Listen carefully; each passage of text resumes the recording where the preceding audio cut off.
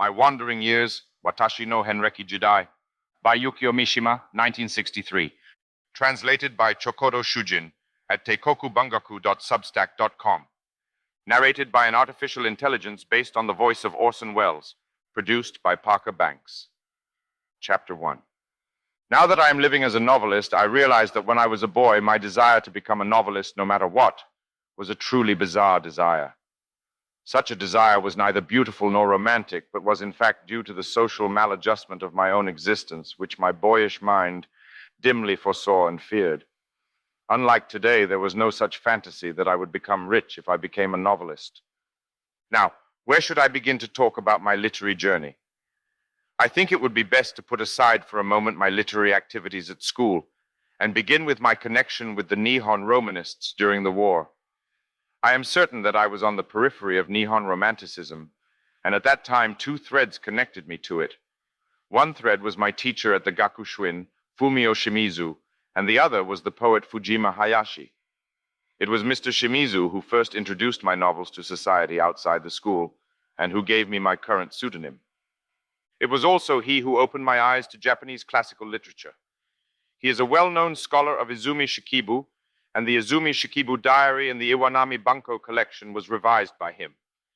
At the time, a group of disciples of Dr. Kyo Saito published a magazine called Bunge Bunka, Literary Culture, in which Yoshiaki Hasuda, Richi Kuriyama, Tsutomu Ikeda, and Dr. Shimizu were among its members.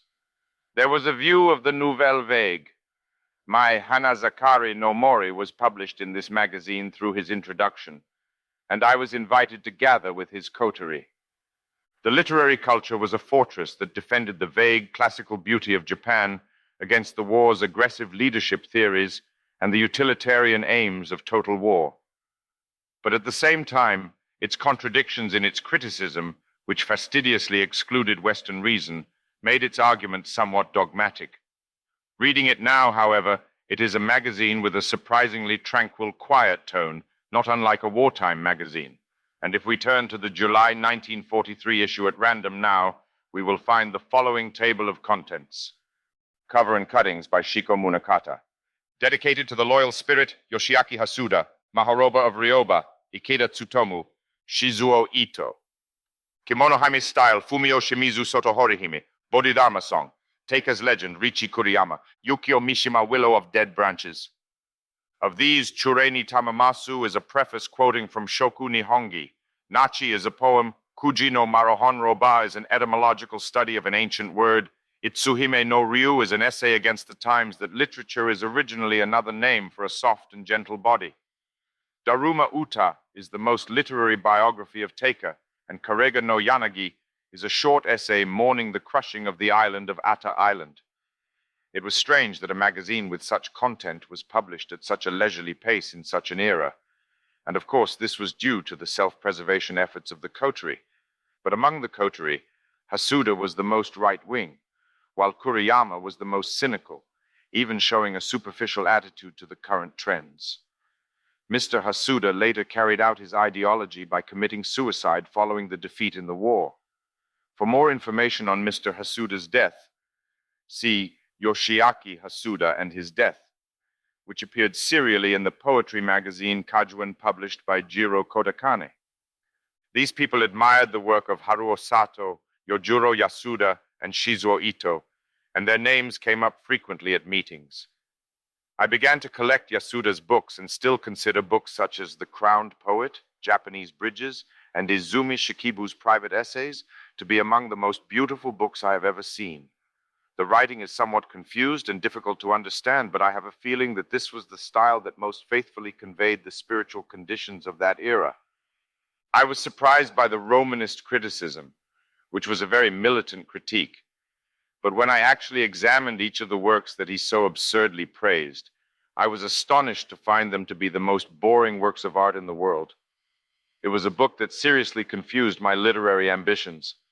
Eventually, I finally had the chance to meet the mysterious Mr. Yasuda. Chapter 2. I believe that I visited Mr. Yojuro Yasuda to ask him to give a lecture at my school. In hindsight, it is strange to think that my impression of Mr. Yasuda and that of Yasunari Kawabata were very similar.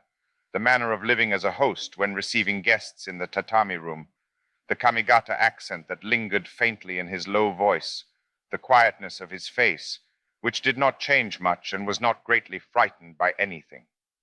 The two men left an oddly similar impression, perhaps due to the commonality of their hometowns, but also because they were both dressed in kimono when we first met. In Kawabata's case, I did not get the impression that he was so different from his literature, but in Yasuda's case, it was very unexpected. From his literature, I tried to imagine a lion who could speak and argue. In Shugo Honda's History of Post-War Literature, a dialogue from a magazine called Volcanon is quoted, in which Yasuda talks about a story I told him about a lunchbox thief at the women's gakushuin. Mr. Yasuda said, "I have no recollection of this incident. In general, I'm the kind of person who talks about selfish things and forgets everything. Since it was between the two, I think that they had a lot of frivolous chatter. The only thing I remember is, 'How do you feel about the style of the No song, Mr. Yasuda?' He replied, 'Well, it's like what has been called Tsuzure Nishiki for a long time, a text like an encyclopedia of the time.' This answer was a source of great disappointment to me as a young man, and it seems to have stayed in my memory because of that disappointment, which was a nuisance to Mr. Yasuda. I was beginning to be interested in medieval literature at the time, and the glamorous style of the No chants in particular was an aesthetic resistance using language at the very edge with a hidden consciousness of the last days of the world. I was expecting an alarming comment from Yasuda on this subject, as is typical of the Romantics. But of course, he was under no obligation to give such a serious reply to a young guest who was so eager to talk about lunchbox thieves and the like. I remember that I had visited Yojuro Yasuda, Haruo Sato, Sakutaro Hagiwara, and Shizuo Ito only once each, because I was a spoilt brat who was more pleased to be loved than to approach people he respected with a sense of awe.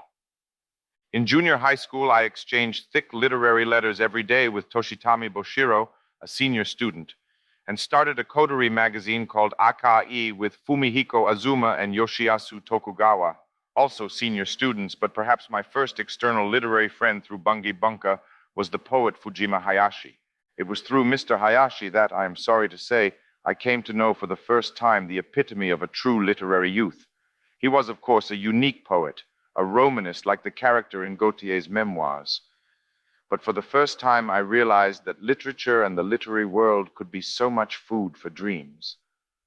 Until then, in the lukewarm literary atmosphere of my alma mater, the literary world was nothing more than a direct connection to the splendid drawing rooms of the Shirakabaha writers. Hayashi was a symbol of everything: his feverish yearning for literature, the legendary daily lounging of Haruo Sato and other romantic writers, his avid collection of gossip, his longing for the dandyism of artists in food-starved Tokyo. Some young poets gathered around him. Among them were, as usual, lunatics who gave off a beautiful but vivid romantic atmosphere. This was something I had never experienced in the literary circles of my alma mater. Mr. Hayashi spoke in a way like, "It's nice, isn't it? It's kind of like Mr. Sato, isn't it?" I was a literary critic, but I had never met anyone like him before. Until then, I had never known such a physical way of describing a literary figure. The reason why I was able to associate so easily with poets seems to be based on a misunderstanding or illusion of self and others, as I had written poor poems as a boy and studied under Ryuko Kawaji, believing myself to be a poet and others half believing it. The story of how I woke up from this dream is described in detail in the short story, The Boy Who Wrote Poetry, so I will refrain from recounting it here. Chapter 3. After leading such a literary life, it is human nature to want to publish a book one day, and since I could not expect to return alive if I was sent to the army, my desire to leave a memorial of my short life of 20 years grew even stronger. This may sound tragic, but the mood of the students at the time was a light-hearted, cheerful, but nihilistic one. I was filled with something that could be called a rhythm, and I admit that at 19 I was not only naive, but also quite opportunistic in my literary ambitions. I'm not saying that all of me in the preface to the first edition of Hanazakari no Mori is like that, but I find in some of them the shadow of a small opportunist. My first collection of short stories, Hanazakari no Mori, A Forest in Full Bloom, was published by a publisher called Shichijo Shoin in the late autumn of 1942. It was probably the last publication by Shichijo Shuin before it was merged with Chikuma Shobo. The fact that a collection of short stories by such an unknown author was made available to the world is entirely due to the efforts of the Bungi Bunka coterie and directly to Mr. Masaharu Fuji. Masaharu Fuji is still a master at introducing newcomers to the world one after another. His kindness in giving me, a person with whom he had no connection, a sudden and unexpected opportunity, has since left me without any ties of friendship. It will forever remain in my heart as a bright, pleasant, and mysterious memory. In hindsight, during the war, I could already see the germ of a post-war spirit in him. For some reason or another, this small young man got in touch with a few small publishers, took me on a business-like leisurely stroll through Tokyo in the final days of the war. Unlike Fujima Hayashi, he did not engage in much literary discussion, but rather teased people with his fast-talking Osaka dialect and lived the spirit of endless joking that blossomed later in the Viking magazine. He was extremely energetic, but he did not specify the direction of his energy, and he never forgot to keep his self-effacement to himself with a fearless glint in his eye. I sense in Fuji the most natural bridge between the wartime Japanese romanticism and the vibrant post-war spirit of the Kansai style. How could a collection of novels as urgently needed as Hanazakari no Mori be published in Tokyo when the air raids had already begun? I had to secure an allotment of paper, so I remember making a number of outrageous complaints, something about upholding the literary traditions of the empire and so on. Anyway, permission was granted for the allocation of paper, and Shichijo Shuin published Hanazakari no Mori, perhaps in desperation, using a rather fine yellow paper of cotton imitation, with a beautiful cover printed in the original colors of Yoshiyasu Tokugawa's copy of Korin. As there were no other books available at the time, 4,000 copies were sold out within a week. With this, I was ready to die at any time. Of course, the reaction of the literary world at the time was unthinkable, but the fact that there were many people who later bought and read the book at the end of the war shows how extraordinary the publication of such a book was under the circumstances of the time. At the time, I was going to university and didn't know when the red paper would come. I can say that it was a rare time when my own view of the apocalypse and that of the times and society as a whole were in perfect harmony.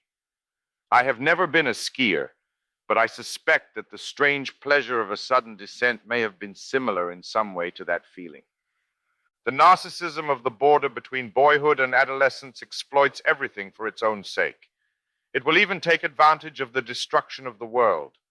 The bigger the mirror, the better. As a 20-year-old, I could dream myself into anything.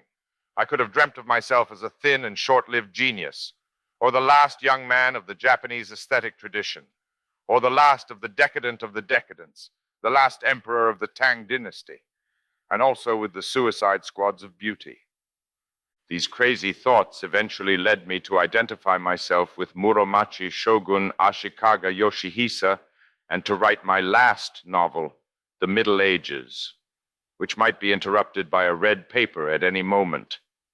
The novel The Middle Ages was an aestheticization of the apocalypse that had been nagging in my mind since I had asked Mr. Yojuro Yasuda about the style of Yukio no songs, and I continued writing it at the Nakajima Aircraft Factory, where I was then working as a mobilized university worker.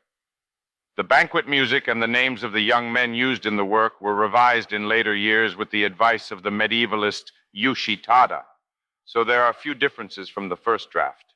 Around the same time, my short story, The Hunt for S-Guy, appeared in the Bangai magazine, courtesy of Mr. Yoichi Nakagawa, and I wrote Ayame Mai at the request of Gendai, and my literary world expanded little by little in the course of the intensification of the air raids.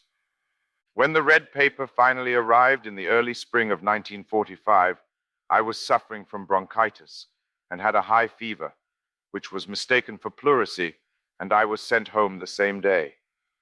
I would omit this, but I felt that regardless of whether or not the red paper came, it was inevitable that I would be able to win 100 million. The story at the Cape, which I continued to write until the end of the war, was one such work. Such a feeling must have had a very strong impact on my growing mind, and even now I still see nuclear war as inevitable. Chapter 4. The fact that we still tend to think of nuclear war as inevitable may be due to the fact that we project our emotional experiences of a period in the past into the future. 17 years have passed since the end of the war, and yet for me, reality still seems unshakable, and I feel as if I am in a tentative state. During the war, I lived my life relying solely on my own sensitivity, which may seem foolish in retrospect, but at the time it was an inevitable way of life. However, human memory is unreliable. According to a postcard of mine from those days published by Dr. Fumio Shimizu in the monthly bulletin of a literature anthology last year, in May 1945, I was at the Naval Koza Arsenal in Koza District, Kanagawa Prefecture. At my desk, I had the diary of Izumi Shikibu, the complete works of Akinari Ueda, the Kojiki, a collection of Japanese songs, a collection of Muromachi period novels, and 5 or 6 volumes of Kyoka. I reported to my teacher that I was translating Yeats's one-act plays in the style of No Chance. It is my nature to tend to look to the temporal, but the powerful impression of an era that could be destroyed by air raids tomorrow, and in fact, thanks to air raids, what existed yesterday may not exist today, is not easily erased in 17 years. I would never lie about such a thing, so I must have really translated it, but it seems to have been wiped from my memory. If I had tried to translate it, it would have been At the Hawk's Fountain. But my language skills were then, and still are today, so poor that I could not possibly have done a good translation, and I must have given it up halfway through. As this example shows, it is not easy to make the connection between Yeats and the period at the end of the war. Rather than trying to connect these unconnected things, I was working hard to abstract the reality of the time. Literary associations had ceased to exist, and I was absorbed in as small and solitary an aesthetic hobby as possible. I was a daring friend who, although he thought he would eventually die, spared his life and went to bed every time the alarm sounded. I always ran into the dank air raid shelter with my unfinished manuscript in my arms, even though I knew I would eventually die. Leaning my head back through the hole, I could see the beauty of the air raids on the distant metropolis. The flames shone in different colors, and beyond the night plains of Koza County, it was as if one could see the distant bonfire light of a lavish banquet of death and destruction. It is probably certain that I was happy in those days. I was not only happy in life, but also in literature, because I had no worries about finding a job, no worries about examinations, was provided with food, albeit in a meager way, and had no responsibility for my future. No critics, no competitors, just my own literary pleasure. To call such a state of affairs happiness now would be to deny the beautification of the past. But even so, when I think back as accurately as possible, there was no other time when I did not feel so burdened by who I was. I was weightless. My education was that of a second-hand bookshop. In fact, at the end of the war, the only books that money could honestly buy were second-hand, and I lived in a small, fortified castle. Then, with the end of the war, I was suddenly attacked by misfortune. Chapter 5. After the war, I could not give up my dream of becoming a novelist, but I did not have the confidence to stand on my own feet, and as anyone would think, I tried to lead a double life with both schoolwork and creative writing. For me, when I was weighing the scales, the life of an ordinary law student was lacking. The world outside was in the grip of a storm, and the literary world was in the grip of a storm. Soon after school was over, I had no choice but to go straight home. I was secretly eager to ride the wave, but my reputation within my small wartime group had faded away, and at the end of the war, my dream of being a symbol of the times had vanished, and I found myself, at the age of 20, already behind the times. This left me at a loss. Radiguet, Wilde, Yeats, and the Japanese classics, which I had loved, had all fallen out of favor with the times. In fact, it is an exaggeration to say that during the war, secret personal tastes were permitted, and post-war society quickly resumed a free market in wild ideas and artistic concepts. However, we have entered an era in which people are willing to throw away everything that does not suit their constitution. The boy who had been a prodigy in his small group during the war was, after the war, just a helpless student who was not treated as a full-fledged member of the group. Around that time, I learned that Chikuma Shobo, which had been merged with Shichijo Shoin, had moved to the second floor of an old building facing the train street between Suidobashi and Ochanomizu. I brought in a large number of manuscripts, including Hanazakari no Mori, Chuzai, and Misaki Denani no Monogatari. This was a funny story that I only found out about 10 years later, but later an elderly friend of mine, Mitsuo Nakamura, who was then an advisor to Chikuma Shobo, read these manuscripts and gave them negative 120 points. It seemed that I had made a point, and the manuscript had never seen the light of day. In dealing with this situation, I am confident that I, at the age of 20, had a very calm and aristocratic attitude, which I had learned at my alma mater. At the same time, I couldn't help but think that I had no choice but to study hard and become a government official. I was not able to do this. At the time, new magazines were appearing one after another, but most were eager to collect manuscripts from the great masters, and the times were not so settled that newcomers were eagerly awaited. The works of great writers such as Kafu and Shiratori had a fresh appeal, as if people were being served a feast of pure white rice for the first time in many years. Returning to Radige's literary beginnings, I wrote my first long story, The Thief, a manuscript that would later annoy Yasunari Kawabata many times. And when I visited him on New Year's Day of 1946, I brought with me The Middle Ages and The Cigarette. Since the publication of Bungei Seiki had ceased to exist, only the first part of The Middle Ages had been in print until then. My memory is a little hazy as to why I had the courage to visit Mr. Kawabata, but as I did not have the courage to visit a famous writer without a letter of introduction, there must have been something that gave me the strength to do so.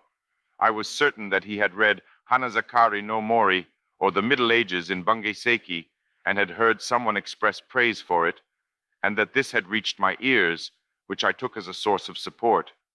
At the time, he was renting a house in the back of the great tower of Kamakura from Mr. Ariake Kambara and was living with the landlord. There were no buses in those days, so I had no choice but to walk from the station. But when I went there, it was full of customers. I had only known monotonous school life and home life until then, and this was the first time I came into contact with the vitality of the post-war literary world. Publishers appeared like mushrooms after the rain, flooded with requests for reprints of his old works, and moreover, the faces of Chotaro Kawasaki, Yuji Ishizuka, and Yasuko Kawakami, among others. Not being familiar with the literary world, I looked at Mr. Kawasaki as if he were a real fishmonger. He was sitting silently in the middle of the room, looking as calm and unaffected, neither funny nor amusing, as he does today in 1963. Chapter 6. It was not long afterwards that I received the good news that The Cigarette had been recommended by Yasunari Kawabata for publication in Ningen. I flew to Kamakura to thank him, and even now I cannot forget how happy I was at that moment. It was the first time my work had been introduced to the post-war, or rather orthodox, literary world. I flipped through the pages and read only one line. "You are a learned man, aren't you?" At that time, I was told that The Middle Ages would be published in due course, and an unexpected joy came over me. I decided to ask him to return the manuscript of the Middle Ages to me for re-examination. And as I was turning it over in my lap, Mr. Masao Kum, who had just arrived, received the manuscript from me at the suggestion of Mr. Kawabata. He must have had a wry smile when I quoted Chinese poetry and the like as a student who had grown up in wartime. I was no longer allowed to go to the Kamakura Bunko, but instead used the office on the second floor of the department store as my home office after returning home from university. Since I was on the road, I came to visit him frequently, even though I had no business with him. Kimura was the editor-in-chief of Ningen. I was also introduced to Mr. Tokuzo Kitai, and I cannot tell you how much I was strengthened by the technical attention I received from this rare reader of fiction. My early works in Ningen, such as Yoru no Shiko and Haruko, were rewritten and revised under Mr. Kimura's careful attention, to the extent that it is no exaggeration to say that most of them were co-written with him. The works were rewritten and revised according to his meticulous care. The relationship between a budding writer and an editor of a literary magazine should be like the relationship between a new boxer and an experienced trainer. Even now, There remains a tradition of this kind of cross-interest relationship between editors of literary magazines and young writers. And if this spirit were to disappear, a loss-making business such as a literary magazine would instantly lose the reason for its existence. With the development of the mass media, I would like to warn newcomers that if they become unduly obsequious to editors or try to negotiate with them solely on the basis of political interests, this will only serve to undermine their own literature. From this time onwards, I have come to realize that the hardship of being a newcomer is the hardship of being made to wait. Even if there was a manuscript by a newcomer that had been decided to be published, it was often put aside as a pinch hitter, and if a manuscript by a major or popular writer came in just before the monthly deadline, the newcomer's work would have to wait until next month. Until The Cigarette, which I had expected to appear in the March issue, finally appeared in the June issue, I did not utter a word of demand. I was disappointed when I saw the monthly newspaper advertisements for Ningen, and my feet naturally led me to the Kamakura Bunko, where I would go for a long time because they knew what I wanted. I was forced to wait in the waiting room for a long time. After an afternoon lecture at the university, I came to the Nihonbashi area, and in this waiting room, I had a look at the booming post-war literary scene. It was interesting to see the people of the city. I also saw Kan Kikuchi here. He brought a very beautiful Chinese woman in a fur cloak, a rarity in those days, and said to her, "You know, this man's novels are very good. The one he just wrote is a masterpiece." She was highly praised.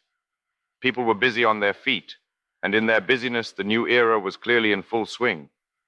Although we had lost the war, there was no longer any fear of bombs falling. Free speech and corporate success had come together, and each and every employee seemed to be engaged in the most rewarding work. However, I was sometimes struck with a sense of dismay. Is this really reality? Where had my reality gone? I had thought until recently that I would never see such a peaceful view of my office again, but now it had happened in 6 months. At such times, I found some small comfort in gazing out of the waiting room window at the vast expanse of burnt ruins. When The Cigarette appeared in the June issue, I was somewhat less than thrilled, having waited so long. As for the reputation, it's fair to say that it didn't matter at all.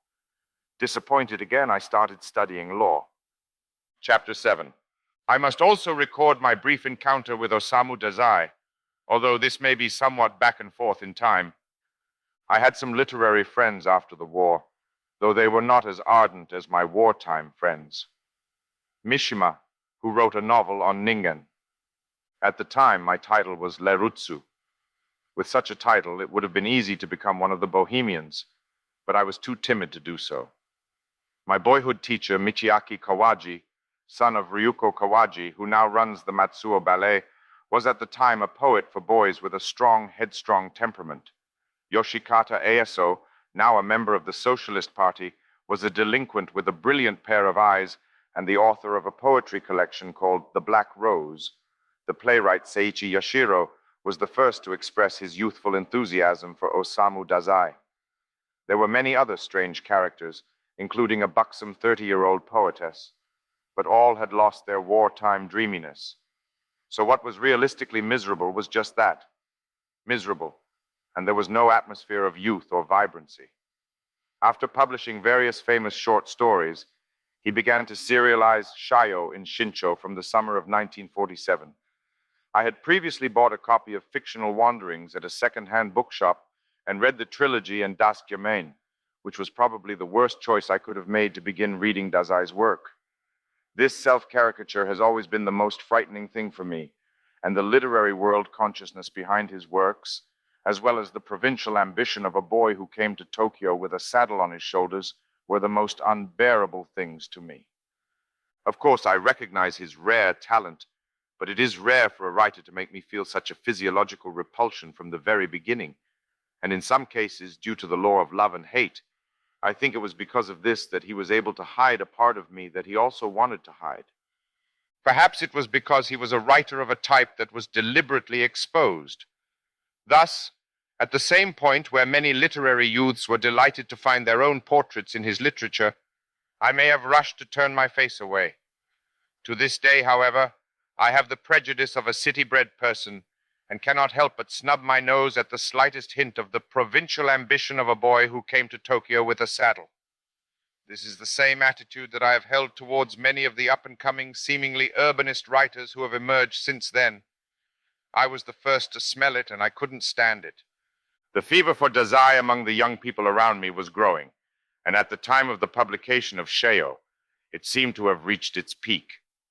I therefore became more and more obsessed, and began to advocate Dazai's criticisms.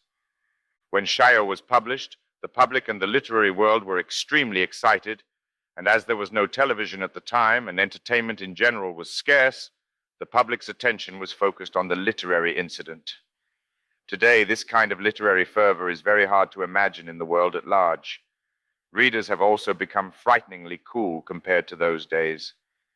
I immediately started to read the book, but got stuck in the first chapter. The aristocrats in the novel are, of course, the author's allegory, and do not have to be real aristocrats, but as long as it is a novel, some authenticity is necessary. And when I was shown a description of language and lifestyle that differed so much from the old pre-war aristocracy I had seen and heard, that alone made me feel uncomfortable.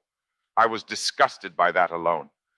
A noblewoman's daughter refers to the kitchen as the kitchen, the way my mother eats, and the way she eats her meals. The mother herself thinks that it is enough if she can use honorifics for everything. Then he would use honorifics to himself and say things like, "Kazuko, guess what your mother is doing right now?" And then he urinated standing up in the garden. My criticism of Dazai's literature was becoming so loud that my friends were interested in having me meet him. It seemed Mr. Yashiro and his friends were already frequenting Mr. Dazai's place, and it was no trouble to take me there. Chapter 8. I can't remember the season in which I visited Dazai, but it must have been autumn, around the time the serialization of Shio began. I think the friends who took me there were Seiichi Yashiro and his literary colleague Harada, who later died prematurely, but I can't be sure. I was probably dressed in a kasuri kimono and hakama, and I had never worn kimono before, but the reason I was dressed like that was fully in consideration of Dazai, and to exaggerate, I went out with a spoon in my pocket. I ascended the dark stairs and opened the karakami, and found a large number of people sitting in a 12-tatami mat room under a dark electric light. It seemed to be an eel restaurant. The light may have been quite bright at one time, but in my mind, when I think of the atmosphere of praise of despair in my memory was, inevitably, that of a somewhat tattered tatami mat and a terrorist-like state of mind with dark electric lights. Mr. Dazai and Mr. Katsuchiro Kame were seated side by side in the upper section, and the young men were stationed around the room from the front. I was introduced by a friend and immediately invited to sit in front of Dazai, where I was given a sake cup. The atmosphere in the room seemed to me to be somewhat sweet, like that of a believing priest and congregation, all moved by his every word, sharing their excitement in secret and waiting for the next revelation. This may have been partly due to my own bad preconceptions, but I'm sure there was also an atmosphere of naivety in the air. The pampered atmosphere was different from the pampering of today's young people, but it was very peculiar to that era, very pathetic, and on the other hand, it was dark and lyrical, filled with pride that they were representing the zeitgeist. In other words, it was too Dazai-like. On my way here, I was looking for an opportunity to say the one thing I had made up my mind to say out loud. If I did not say it, I would have lost the meaning of my coming here, and my literary life would have been lost forever. I'm ashamed to admit, however, that I said it in a rather unprofessional, smirking tone. In other words, I said this to the real Mr. Dazai right in front of me. I don't like Dazai's literature. At that moment, he suddenly stared at me, pulled back lightly, and looked as if he had been caught red-handed. However, he immediately collapsed, turned halfway towards Kami, and said, without saying a word to anyone, "Even though you said that, you've come all this way, so I guess you still love me, don't you? You know that?" Yes, my memory of Dazai is suddenly cut off. I had left some time ago, but Dazai's face from the depths of the post-war darkness suddenly approached me, and then quickly slipped away again into the darkness. His stricken face, his Christ-like countenance, his face that was in every sense the victim, disappears once more, never to be seen by me again. Now that I am the same age as Mr. Dazai, I do not regret my own youthfulness, but at that time, I will never be a young man. I can imagine how he felt when he was told to his face by a young man he had just met, "Your literature is brilliant." I myself have had many encounters with this kind of thing. In an unexpected place, at an unexpected moment, an unknown young man approaches, his mouth twisted into a smile, his face pale with nervousness, and in order not to miss the opportunity to prove his sincerity, he suddenly says, "Your literature is beautiful." It is like the fate of a literary person to meet such a literary assassin. Of course, I don't love such young men. I don't tolerate all this youthfulness. I will either smile like an adult and let it slip through or pretend not to hear it. However, the only difference between me and Dazai, and by extension between the two of us in literature, is that I will never say, "I like him because he's so similar to me." Chapter 9. Compared to the newcomers of today, I was very fortunate in my rookie days, and this is partly because I did not make a spectacular debut, in that I was able to proceed with my work in a very slow-moving manner. It was a time when the Akutagawa Prize was not immediately ostracized like it is today. 2 or 3 weekly magazines were still outside the literary world. Middle-grade novels were not yet flourishing. Mystery novels and television were not yet a shadow of their former selves. In place of all this, there were a number of literary magazines which were in a state of flux, and which allowed the study of short stories in what was known as pure literature to be carried out slowly and to order. Magazine editing was also more leisurely than it is today, and certain magazines that are now specializing in middle-grade fiction were at that time places where literary work could be done at leisure. The length of time between a newcomer's debut and the time when they could be used commercially was also significant. Well, at that time, I was only once invited to join the Communist Party. The person who made this suggestion, Mr. Hideo Odagiri, must have forgotten it, and he himself may have said it light-heartedly, but it remains a strangely vivid memory for me. I first met Mr. Odagiri at a round-table discussion, and after the meeting, as we were going home in the same direction, we went down to the Ginza Underground station together and waited for the train. The subway station was still dingy and dim. It may have happened in passing, but Mr. Odagiri asked casually, and in a gentle tone, "Would you like to join the party?" I remember that I was so completely taken aback by this tone of voice that I could hardly speak. Overwhelmed by my astonishment, the incoming train roared by, and the conversation was cut short as the train was again very crowded, and the two of us were pushed apart by the crowd. I said to him, "I'm sorry." The words had the sincerity of a pastor's invitation to join the church. Nowadays, no one would ever come to me to invite me to join the Communist Party. But I still have a strange memory of having once received such a sincere invitation, even if it was in jest. It is nothing more than a small episode when placed in the context of the times, but what if I had said yes at that time? When I think of this, it seems to me that the shaping of a person's political position is not only a matter of solid thought and serious life experience, but also a matter of chance and coincidence. My current political position is, when I think about it, a rather loose one, but it is more likely to have come about spontaneously by some arbitrary force than by any position of my own choosing. On the other hand, I can't get rid of the idea that politics is nothing more than that. Together with Dazai, I am reminded of his loyal servant, Hidemitsu Tanaka, but I cannot help but think of him as a man who was also a politician. Tanaka's figure remains in my memory, together with the strong wind blowing at the streetcar stop in front of the new building of Kamakura Bunko, which had already been moved to Kayabacho. At that time, his Philippon addiction and drunkenness had already been touted, and on top of that, he was over 6 feet tall, so I met him at least once, but out of caution, I bowed to him from afar. He returned the bow, but it was a very hot day, and he had taken off his jacket and was holding it up, the wind blowing against his white shirt. We didn't speak to each other because I kept my distance, but I couldn't help feeling that such a man, so absorbed in literature and politics and so lost in sentimentality and decadence, had somehow misplaced his role in life. If he had rowed the boat like a man, nothing would have happened to him. Even if he had become a novelist, surely he would have had a stronger character than Dazai. And what would have happened if he had dragged Dazai along and forced him to row the boat? Why did God give such a weak heart to a 6-foot-tall man? While I was thinking about this, Tanaka, as lonely and unsteady on his feet as the village fire watchtower, eventually got on the train and left, and that was the last I saw of him. Chapter 10. The first and final issue of the pamphlet Overture came out in December 1948. But before the publication of this magazine, which brought together all the writers of the post-war school, the post-war factions had gradually become acquainted with each other. This round-table discussion, attended by all the members of Overture, was a rare one, in which the participants had no idea what was being said. The typeface itself was vividly reminiscent of the chaos, but it was already possible that it would be like that.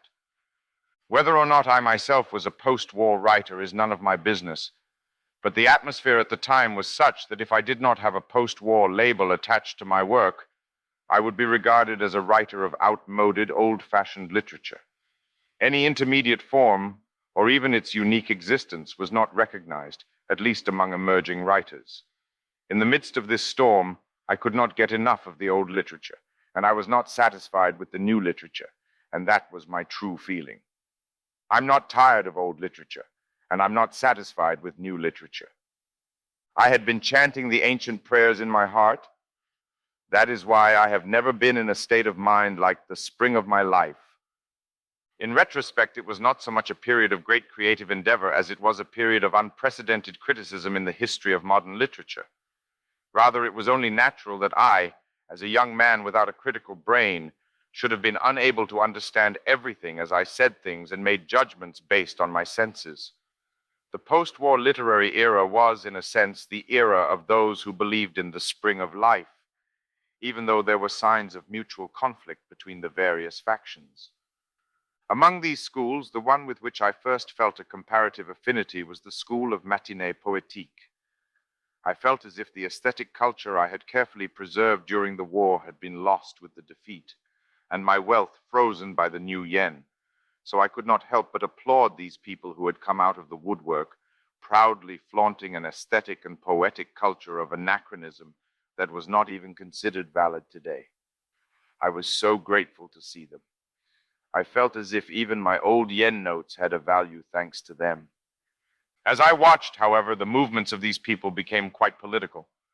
I was surprised to learn that they were all disciples of Tatsuo Hori, and I thought to myself, well, I guess that even Mr. Hori himself, although he ended up as a solitary poet thanks to his illness, had this element latent in him. If he had no worldly ambitions, he could never have written a novel, but it is undeniable that a certain disharmony was felt between the poetic costumes of the people of matinée poétique and the literary world. The first time I met Shuichi Kato and Shinichiro Nakamura was at a round-table discussion in a magazine called Hikari, where I was a reader. It was not a very literary round-table discussion, as there were a number of women who represented the magazine. I met Mr. Kato as if he were a prosecutor. I was scared out of my wits by his eyes, and every time he said something, I felt as if I were a naughty boy being scolded in the teacher's room. In comparison, Mr. Nakamura seemed more relaxed and approachable. When we happened to touch on the issue of double suicide, which was obviously before the Osamu Dazai double suicide incident, I spat out such expletives as if it's between two young people, it's beautiful and fine, isn't it? Revealing my wartime romanticist instincts. That's a problem, isn't it? That kind of thinking is a problem. Nakamura looked genuinely troubled and made various rebuttals, but they sounded like a self-serving, generalized humanist sermon, and I decided, these people don't see dangerous beauty. How could they understand the no plays and the Shinkokinshu? I am not criticizing Nakamura today and saying that he is a writer who doesn't appreciate dangerous beauty, but I'm simply trying to express my impressions as they were at the time. I was then in the unenviable, illogical habit of asserting everything intuitively, categorically, and without formalities. Chapter 11. In Matinee Poétique's work, I particularly liked the work of Takehiko Fukunaga and Keisaku Kubota, but I was repulsed by the overtly French flavor of a magazine called Arc. Such a French flavor would have been nice if it had become a self-help item, as in the work of Tatsuo Hori, but the Matinee Poétique has a tricolor at the tip of its spear of sharp critical activity, which seems to have intensified the stench.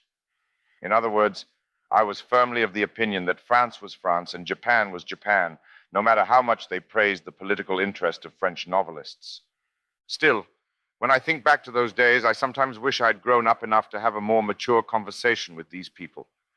I was aware of my own logical deficiencies as a bachelor of law, and I chided myself for becoming more logical, not only in my discourse, but also in the production of my novels. In this respect, I may have been influenced, perhaps subconsciously, to a certain extent by these impertinent and pretentious older brothers. It was about this time that Daishi Iwaya began editing a lively literary journal called Bungei Orai, Literature and Art, at the Kamakura Bunko, in which he began to treat up-and-coming writers in the manner of the old literary circles, and my surroundings gradually became more and more lively. I was often invited to go to bars where writers gathered, but I did not want to get involved in the foul-mouthed debates that took place at the bar. I don't remember many bars from that time, but one particular one was a coffee shop and bar in Kanda. Post-war literature and this bar had an inseparable connection.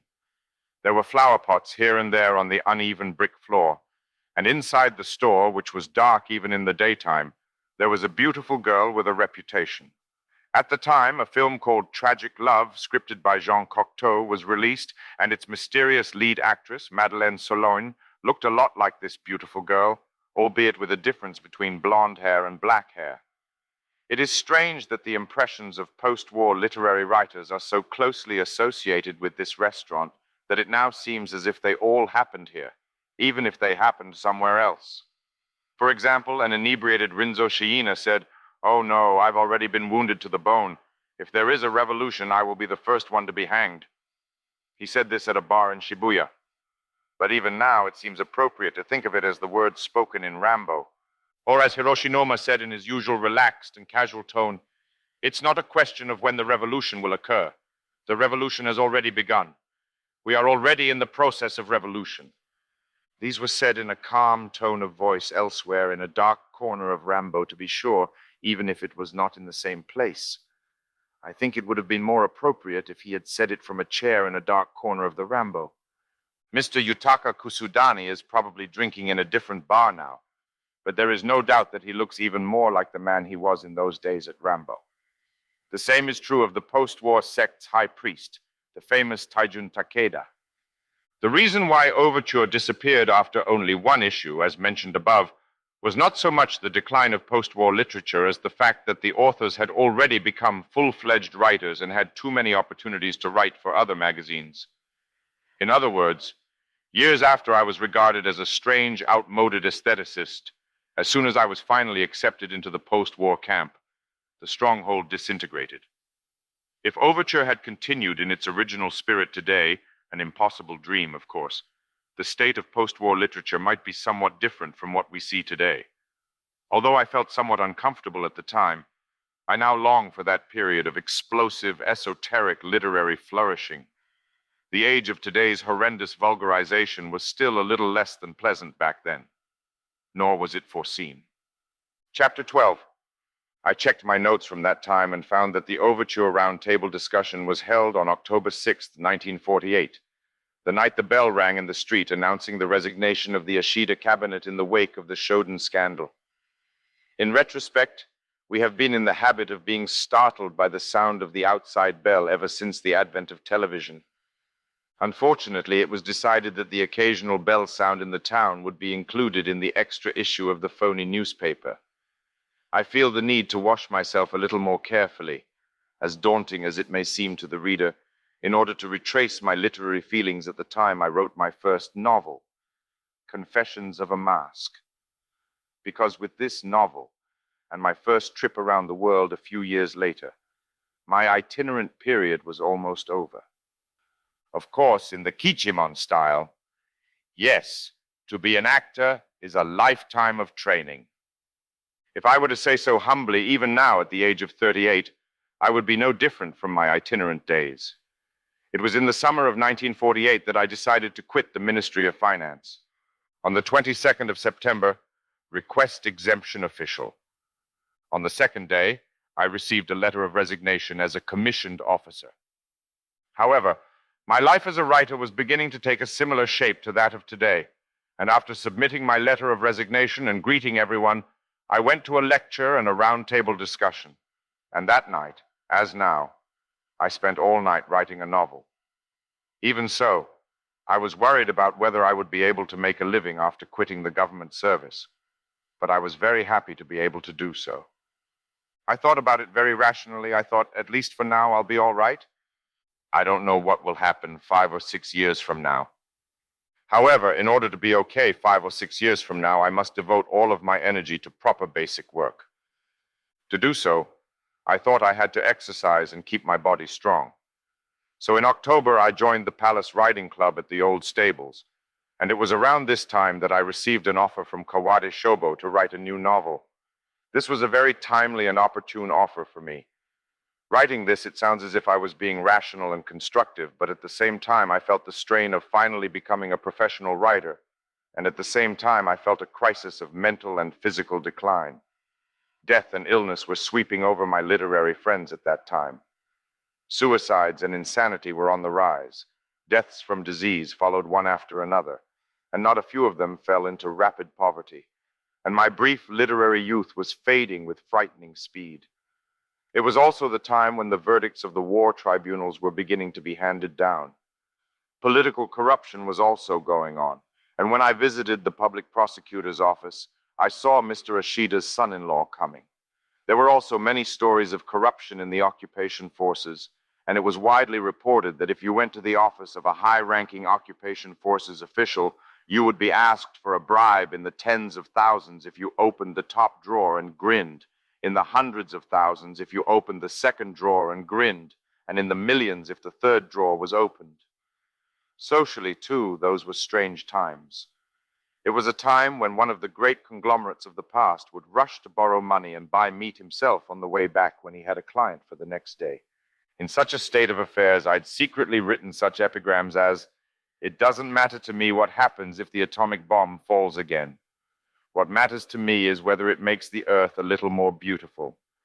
I had to analyze the basis of the nihilistic aestheticism of the Yake no Yampachi thoroughly by myself.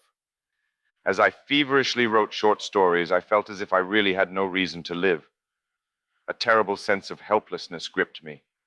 My deep melancholy alternated precariously with a wonderful exuberance, and in the course of a day I could be the happiest or the unhappiest man in the world.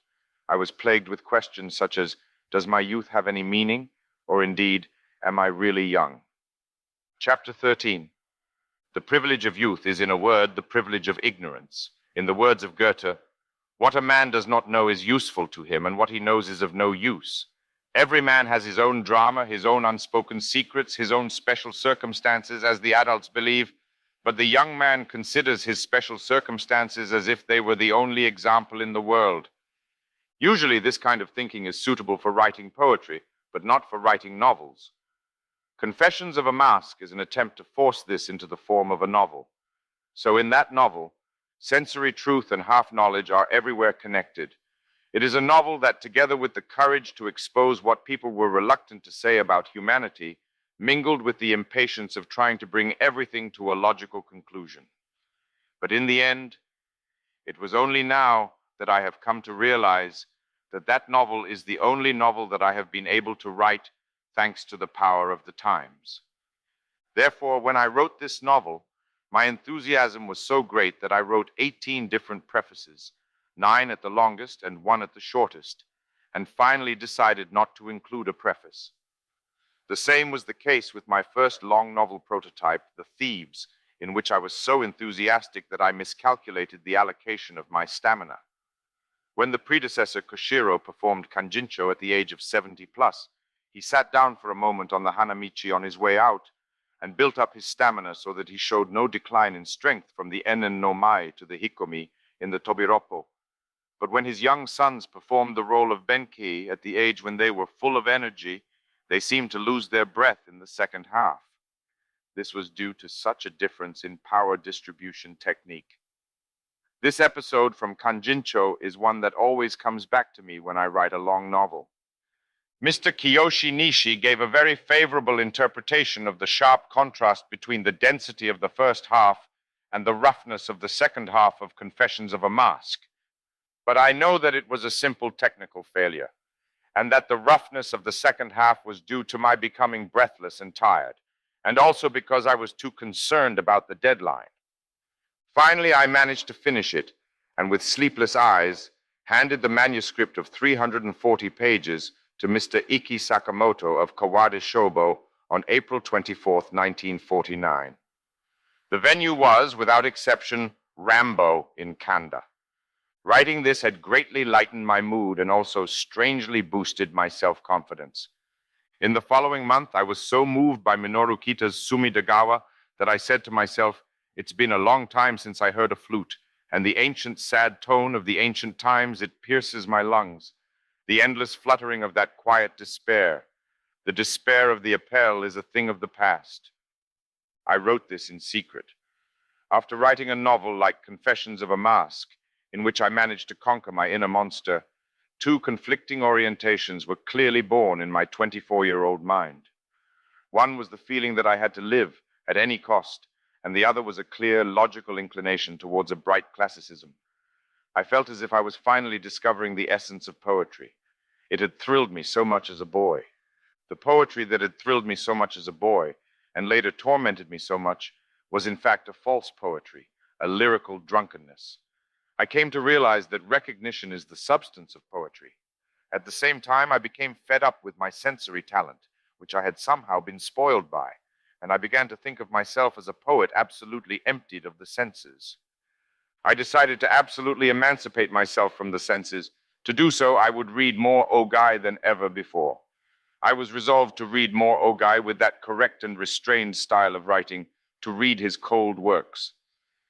Let's try to discipline ourselves with the cold logic and wisdom of Ogai, with the passion that he suppressed. I also thought, it is strange for a novelist to look like a representative of suffering. Novelists are always in a good mood. Whether you read Stendhal or Balzac, even behind the pages of sorrow, you can see the author's superiority. As long as I am a novelist, I must always be in a good mood. Chapter 14. Thus, I finally became a novelist, a professional writer, which I had wanted to be since I was a boy. The way the world treated newcomers was not as bad as it is now, but becoming a novelist doesn't mean I've had a particularly positive experience. To put it in extreme terms, I understood the calmness and comfort felt when a man who certainly thought something was wrong with him was told the proper name of his illness and given a bed in a hospital room. I was relieved to escape the stifling pressures of society and settle down in a tribe full of outsiders, taking a deep breath of relief. It was around this time that I began to work in the theater, which had always been another of my dreams. This was my first one-act play, Firehouse, which I wrote in the autumn of 1948. There are two types of people who enter the theater: those who enter from an intellectual interest and those who enter with their whole body. Since I was a child, my grandmother was always talking about theater and gave me souvenirs from the Kabukiza theater, and I longed to see such wonderful things in the world. They told me it was bad for my education, so I didn't ask them to take me to the Kabukiza theater until I graduated from elementary school. It is strange that I developed a yearning for the theater, but was also free to watch films, which were also supposed to be bad for my education. I was interested in films starring Chaplin. Don Quixote, the Ballroom Handbook, and the operetta film by Ufa of the Kusagusa were all seen at the Imperial Theater. When I was in the first year of junior high school, I saw my first kabuki performance, a relatively unmanned Chushingura at the Kabukiza Theater, with the troupe of Hazemon, Kikugoro, Sojuro, Mitsugoro, Nizemon, and Tomemon, and from the moment the curtain opened, I was completely hooked on kabuki. I have watched kabuki almost every month since then, but it was during my junior and senior high school years that I first saw kabuki plays with a voracious and passionate interest, and I can still remember the various forms, key points, and lines of the Takamoto plays that I wrote down at the time. On the other hand, my grandmother on my mother's side had learned the kanzi school of chanting and took me to see a no performance in a competition, and the first thing I saw was the relatively plain miwa, Perhaps it was a coincidental choice, but the fact that the first kabuki play I ever saw in my life was the majestic and solemn Daijo, and the first no play I ever saw in my life was the divine play of Amano Iwato, is evidence that I was favored by the gods of the Japanese performing arts. I read foreign scripts at random, but had no desire to see them translated, and was absorbed in plays by Torahiko Kori, which were out of season. However, the longing to one day work on the stage never left me, and I was given the opportunity by the magazine Ningen to do so. I was given the opportunity by the magazine Ningen to write my first one-act play. When I started writing, I was surprised by the sheer size of the manuscript paper. It looked as empty and dreary as an after-school playground, and I had no idea how to fill it with words. It was not until I tried to write a play that I realized how easy it is to write a novel with description and narrative, and how difficult it is to bring everything to life and express it through dialogue alone. First of all, in novels, the dialogue is rather unnecessary. There are exceptions, of course, such as Dostoevsky's, and even if it is not unnecessary, it is often only for the purpose of showing realistic techniques, whereas in plays, the dialogue is everything, and as I had already learned from No and Kabuki, the dialogue must have a style. I wrote more than 30 pieces of small plays in a painstaking effort, while the calligraphy was decorated with beautiful sentences in the literary style, like that of Torahiko Kori. And when I published them in Ningen, I unexpectedly received an offer from the Hayuza Theater to perform them. I was elated to learn that they wanted to perform it at the Creative Drama Study Group at the Mainichi Hall at the time. Chapter 15. I can still vividly remember the excitement I felt at the first performance of Firehouse in February of 1949. Of course, it was a small group, so the setup was poor, and things like the crimson flames at the end of the play were far from my image. But among the plays performed by the group were some interesting little plays, such as The Capture of the Angel by Masamune Shiratori. In addition, even for a play by a newcomer like myself, the production was directed by Sugisaku Aoyama, and Koreya Senda and Sachiko Murase played the roles of a married couple, which was a splendid lineup. I was honestly wondering at the time whether it was possible to have such fun, which was my honest impression at the time. There is no limit to the anxiety that comes after entrusting one's work to the hands of another, and the despair and anger on the first day can be unmanageable. In fact, I have known some very angry playwrights. In contrast, I have always been irresponsible, amateurish, optimistic, lax, I don't know what it is, but I have generally enjoyed the happiness of the first day. It wasn't until much later, when I started writing plays for the commercial theater, that I became aware of the first-day writers' frustration and anger at their inability to get anywhere. And now, I half regret having become a playwright, because I've almost lost one of life's most important pleasures, watching a play as a pure spectator. On the other hand, writing 2 or 3 plays is a fairly easy way to satisfy my lust for power, which is almost unattainable in the literary world, but this is a trivial matter when you think about it. It's worth having the power to move people, but there's no point in having such a small power. If that were the case, I wouldn't have any power or interpersonal relations at all. However, the tragedy of theatrical work is that the purest and most innocent heart in the world can only be found once it is directed towards the ideal of theater. What comes to mind for me is Michio Kato. The following episode is actually much later than my first trip to the world between 1951 and 1952, which I intend to conclude this article with. But a few months after my first trip abroad, in October of 1952, Michio Kato's Rags and Jewels was performed by the Hayuza Theater Company at the Mitsukoshi Theater. It was always a terrible experience. To be honest, I do not think of Mr. Kato as a great playwright or poet, but I can say without exaggeration that of the many artists I have come into contact with since the war, I have never seen a personality as pure and sincere as that of Mr. Kato, a pearl. This may have been the main reason why he did not become a great playwright. Aside from that, even his representative work, Nayotak, which he had been waiting for so long, was completely performed by Bungakuza only after his death. He was always anxious and dissatisfied, but he was a young man with a pure longing for Jiro Odo and a dream of a theater like a jewel in his heart. On the opening night of Rags and Jewels, young literary figures with an interest in theater gathered as if to see the play, but they were disappointed to find that the play, which was deliberately labeled as entertainment, was neither enjoyable nor amusing. The play presented the damaged heart of an innocent young man in a clear-cut manner, which was visible to all. However, the laughter and amusement intended by the author was not apparent, but rather only the inexpressible sadness of the author's heart. A wounded young man appeared and said, "Please, everyone, laugh. Please, please, please." A minor incident occurred after the curtain had fallen on the first day, which will remain unforgettable for a long time to come. Chapter 16. On the first day of Rags and Jewels, many of the author's close friends were there, but their attitudes during the interval were distant, and because the author's excitement and anxiety were clearly visible, the surroundings became cold without knowing it. In those days, unlike today, the first day of each play was celebrated with great care. So after the opening night, friends and acquaintances often gathered to go drinking, with the author taking the lead. When it was decided where to go, one of us took the lead and we went to Sushi Ya Yokocho in Yurakucho.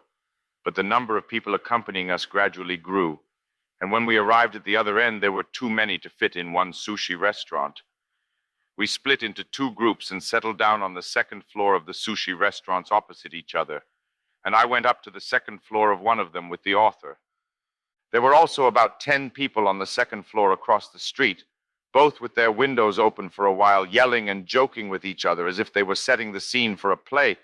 But later I realized that such joking around was a form of empty talk to avoid falling into serious theatrical discussion. Even though they were only across the street, they couldn't hear the normal conversation going on in the other direction. It was to the extent that you could reach them if you shouted. It was all well and good until the beer was poured and everyone raised a toast to Michio Kato. But then the window shoji on the second floor opposite was slid shut. I remember thinking, oh no. The whiteness of the shoji looked so crisp. It was still October, so it couldn't have been that cold. Unexpectedly, everyone saw Kato's face. His color had changed. I purposely said something like, "Damn, you closed the shoji because you thought I was going to speak ill of you." But it was all the worse. Behind the shoji across from him were some of Mr. Kato's most trusted friends. Until this happened, I had intended to express my honest opinion about tonight's first day to Mr. Kato. But from this moment on, I could no longer do so. I could see too vividly the mind of the author on that unfortunate first day. If he himself knew that much, who would need to do anything more to put their hands on his wounds? I remember trying to cheer up the author by picking up on his strong points, such as Teruko Kishi's off-the-wall lines about the old beggar woman were interesting. Afterwards, I accompanied him to a bar in Shibuya where he was joined by the people on the other side of the shoji screens, but Mr. Kato was unable to hide his pleasant, joyless expression for the end of the evening, despite his best efforts to restrain himself. Compared to Mr. Kato, I, for example, am an impure person, but an impure person can be hurt in his own impure way, and for that reason he must wear armor in his heart. Mr. Kato committed suicide in December, 1 year after this tragic first day, and it is thought that the wounds he sustained from this incident did not heal over the course of that year, and may have been one of the remote causes of his suicide. Since that time, I have been more and more convinced that I must not just get my heart set on a play.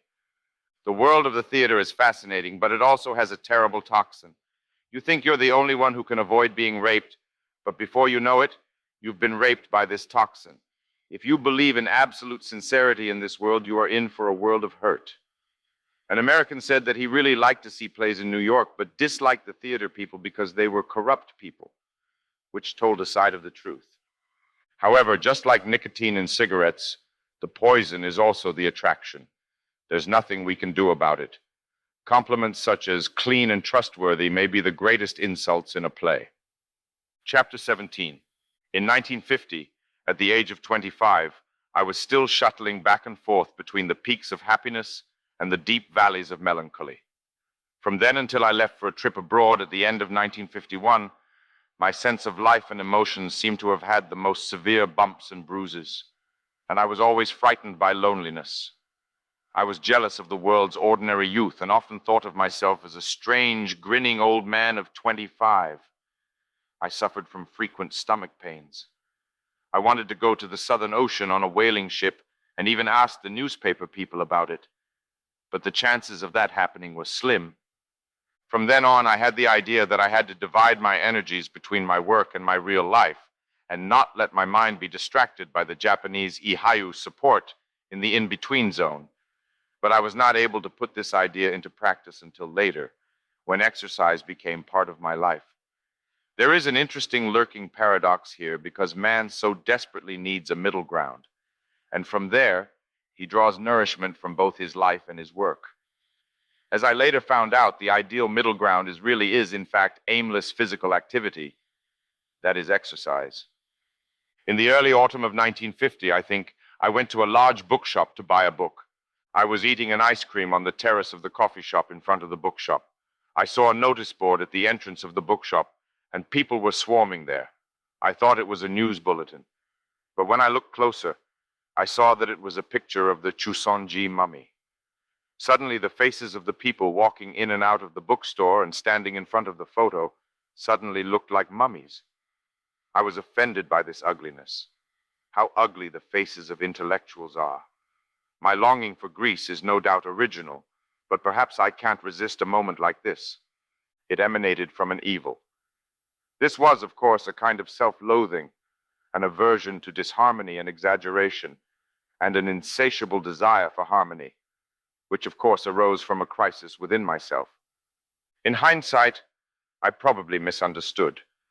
My aversion to the intellectual was in fact an aversion to the enormous, monstrous sensitivity within me. Otherwise, I would have gradually become a classicist. My consolation at this time was traveling, often to Oshima and to Hokkaido for research. I felt a sensual fascination with the landscape. Even now, I would say that my descriptions of the landscape in my novels carry the same weight as the love scenes in the stories of other writers. Looking at my work in the years 1950 and 1951, I can say that I was completing Thirst for Love in a mad frenzy, and then I wrote The Devil's Worship, a badly designed failure, and The Age of Blue, a stylistically disorganized novelization of the president of Hikari Club that neglected both research and structure. In 1956, I wrote the extravagantly elaborate Forbidden Colors, and during that period, I also wrote the Lavrai Golden Festival, which was published in 1957. I've written several strange short stories. From the outside, it may have looked like a rich production, but in fact, it has deviated from a steady pace and is in disarray. I don't like that kind of work. I'm not the type of artist who rises to the occasion and immediately succeeds. I may appear flamboyant because I'm always making a lot of noise, but I'm more or less a banker-type novelist. Imagine a bank these days with its showy windows and its flamboyant buildings. Speaking of bankers, Thomas Mann's literature, which taught me that a novelist must look like a banker, was becoming my ideal literature from that time onwards. The German snobbishness and unnecessary elaboration of Mann's literature were far removed from my own qualities, but what struck me as most appealing at the time was the dramatic duality of Mann's literature, the tragedy characteristic of German literature, and the perfect harmony between the highest artistic qualities and snobbishness. Chapter 18. I was fortunate that Ryuichi Kaji, then head of the Asahi Shimbun's publishing bureau, was an old friend of my father's, who encouraged and took care of me. He asked me, "Why don't you go and see a foreign country?" This was an unexpected offer, as I had failed in my attempt to go abroad a couple of years earlier. I was recommended by someone to take an interview test for a conference for young artists to be held in the United States.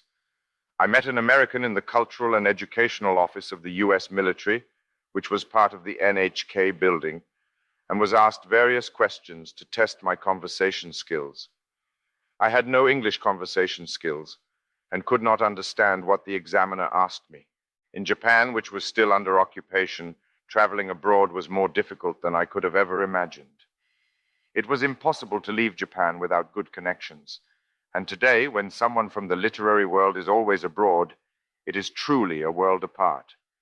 When asked, "What school does your novel belong to?" I mistook the meaning of school for school or university. I replied, "No, I studied law at university, so it would have been strange if I had been accepted." In the midst of the kind of crisis I described in the previous article, a trip abroad seemed to me to be a dire necessity. I was eager to get away from Japan, to overcome myself and discover a new side of me. I was always grateful for the kindness of Mr. Kaji, who was a very kind and gentle man, and he was always kind to me when I was writing the Rokumaiken. The secret to longevity as a novelist is first and foremost study, and secondly, study. It is important to look broadly and deeply and to read the classics or original books habitually, even if only a little each day. It is not easy to read the classics or original books, but it is thanks to Kaji's advice that no matter how busy I get as a novelist, I keep up the habit of tackling a little bit of a difficult book every day. And this is advice that surprisingly my seniors in the same profession are too shy to give me. Thanks to his efforts, I was qualified as a special correspondent for the Asahi Shimbun newspaper and was sponsored by Asahi to go on a round-the-world trip. At that time, the physical examination of travelers was very strict, and I was made to jump on one leg 50 times at St. Luke's Hospital. And at the American Embassy, I was unnecessarily intimidated by the Nisei at the counter, and I had many other unpleasant experiences. There were pleasant memories, but the joy of going abroad didn't bother me. In 1951, I was 26 years old enough to be on my own. In retrospect, however, it seems that the occupation period placed certain timid and opaque restrictions on a young man's spiritual development. A few days before my departure on December 25th, Mr. and Mrs. Yasunari Kawabata took the trouble to visit my home and encourage me on my way. I still remember the sight of Mr. Mitsuo Nakamura seeing me off at Yokohama Wharf in the drizzling rain. I had advocated literary solitude and scorned the world, so it is no surprise that I was somewhat more open-minded when I became a passenger on the President Wilson, protected by the generosity of so many people. Thanks to working all night until just before departure, I was able to put on my tuxedo for the first time in my life, and after attending a Christmas feast, I slept soundly through the night and felt refreshed and free of seasickness every day from the following day onwards. As we approached Hawaii, the sun became more and more intense, and I began sunbathing on the deck. This was the start of my sunbathing habit for the next 12 years. It was as if I had come out of a dark cave and discovered the sun for the first time. For the first time in my life, I shook hands with the sun. How long have I been in love with the sun? I have kept the feeling of closeness to the sun to myself. And as I basked in the sun all day long, I began to think about my own transformation. In what am I superfluous, and in what am I lacking? Chapter 19. If I had anything in excess, it was obviously sensitivity. And if I lacked something, it was something that could be called physical presence. I had already learnt to despise the mere cold intellect, so I recognized only an intellect with an unquestionable physical presence, like a statue, and that was all I wanted. To obtain this, I could not remain in my cave-like study or laboratory. I needed the mediation of the sun. And the sensitivity? It had to be worn out like a shoe, worn out and used up on the next trip, so that it no longer torments its owner. My itinerary included South America, Italy, Greece, and other countries of the sun. After passing through North America and staying one night in Puerto Rico, I could already smell the sun-scorched countries. A month's stay in Brazil and the carnival season intoxicated me with tropical light. Just looking at the rows of palm trees under the blue sky made me feel as if I had returned to the home I had been searching for so long, and I felt helpless. I may sound like a romantic traveler when I write this, but in fact it was a series of comical red blanket stumbles, especially in Paris, where I was tricked by street dollar buyers and had all my money stolen by the art of sleight of hand. There was a terrible interlude in which I spent a month almost penniless. In the meantime, there was first-class worry. I was worried about whether I would be able to go to Greece. After the stolen checks have been reissued, I said goodbye to gloomy Paris and decided to go to Greece in the late spring. I spent the whole time longing to be in Greece, and I felt like I was just getting drunk. In ancient Greece, there was no spirit, only an equilibrium between body and intellect, and I thought that spirit was the current invention of Christianity. Of course, this equilibrium is easily broken, but there is beauty in the tension to avoid breaking it, and I thought that the Greek tragedies in which the arrogance of the human will is always punished were a lesson to this equilibrium. The Greek city-states were themselves a kind of religious state, but the gods were always on the lookout for a breach in the human equilibrium, so faith was not a human problem there, as in Christianity. Human problems were only on this shore. This is not necessarily an accurate interpretation of ancient Greek thought, but it is exactly the kind of Greece I saw at the time, and this is the kind of Greece I needed. This is where I found the consequence of my classicist tendencies. It was, in other words, to create a beautiful work of art. It was the discovery of the same ethical standards for self-beauty, and the ancient Greeks seemed to hold the key. The postmodern romantic divergence between art and artist and the solitude of the artist were, from this point of view, far more peripheral events. I wrote Shiosai after my return to Japan in the wake of this excitement, but the popular success of Shiosai and its popular acceptance threw cold water on me again, and afterwards the Greek fever began to take hold. At the very least, however, Greece soothed my self-loathing and loneliness and awakened a Nietzschean will to health. I felt that I was no longer a person who could be hurt by slightest thing. I returned to Japan with a clear mind. I also had a chance to cool down, but this is a story for later. As I mentioned earlier, it was customary for writers to write souvenir novels when they went abroad, but I was determined not to write such a thing. So I turned down most of the manuscripts and spent a few months preparing myself for a novel about a purely Japanese event called Death in Midsummer. As I wrote, I sensed that one phase of my work had completely ended and the next was beginning. The second part of Forbidden Colors, which I wrote after returning to Japan, is markedly different from the first part. My work became slower and slower, and as it became slower, I felt as if I were maturing. Chapter 20. The 10 years between the ages of 17 and 26, I did not go to war, nor did I become a lumpen. But I still have relatively vivid memories of those 10 years, which means that there were plenty of bumps and bruises that remain in my mind. Compared to these 10 years, the 10 years between the ages of 27 and 37 were not so eventful. Time passed much faster in the following 10 years. Boys grow old easily and learn hard. Thus, my itinerant times are long.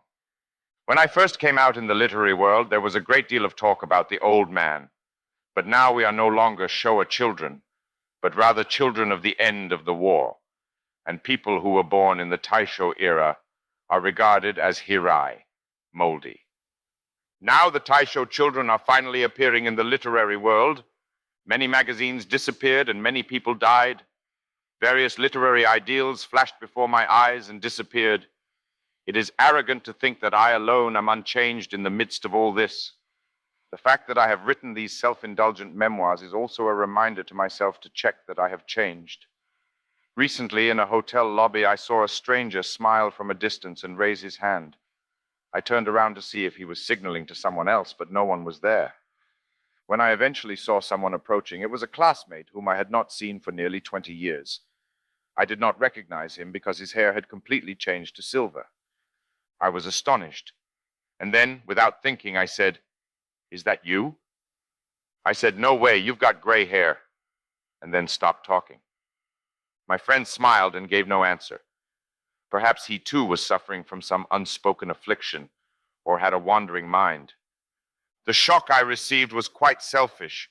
I even had the uncharacteristically inappropriate thought, I'm going to have to get ready for old age soon. But this shock was soon forgotten. In this oblivion, the speed and the lack of feeling for anything serious are the first signs of aging in human beings. In literature, however, as in many of the Japanese performing arts, there is a blessing that artistic youth begins when the body is old and decrepit. In my 20s, I was unable to depict youth, but now that I am nearing my 30s, I can say that I have reached the age when I can depict youth. One day, Mitsuo Nakamura will be able to draw young people. When I'm 30, I don't think I'm young anymore, but when I'm 40, I think I'm still young. As he said, this is a truism. In retrospect, during my itinerant period, there were rapid changes in time and society, but there was no single steady organic formation. There was no maturation of a single idea that spread and grew with a great extension. The Japanese novelist thinks that what he gains from the various mental tribulations and the passage of time is only a technical purification. It is sad to think that what Japanese novelists gain from their various mental tribulations and the passage of time is only technical training. So as early as possible, I want to destroy everything. I want to bring up my children until they are 50 or 60 years old. And then, instead of abandoning them after having brought them up to that age, I want to destroy them again immediately, halfway through. I no longer believe in such ideals as classicism, which I was so passionate about at the age of 26, from the bottom of my heart. It may sound like I have worn out my sensibilities and abandoned them, but that is only because I have become a dried-up old man. And I am already beginning to think that youth and adolescence are vain things. So is this a reason to look forward to growing old?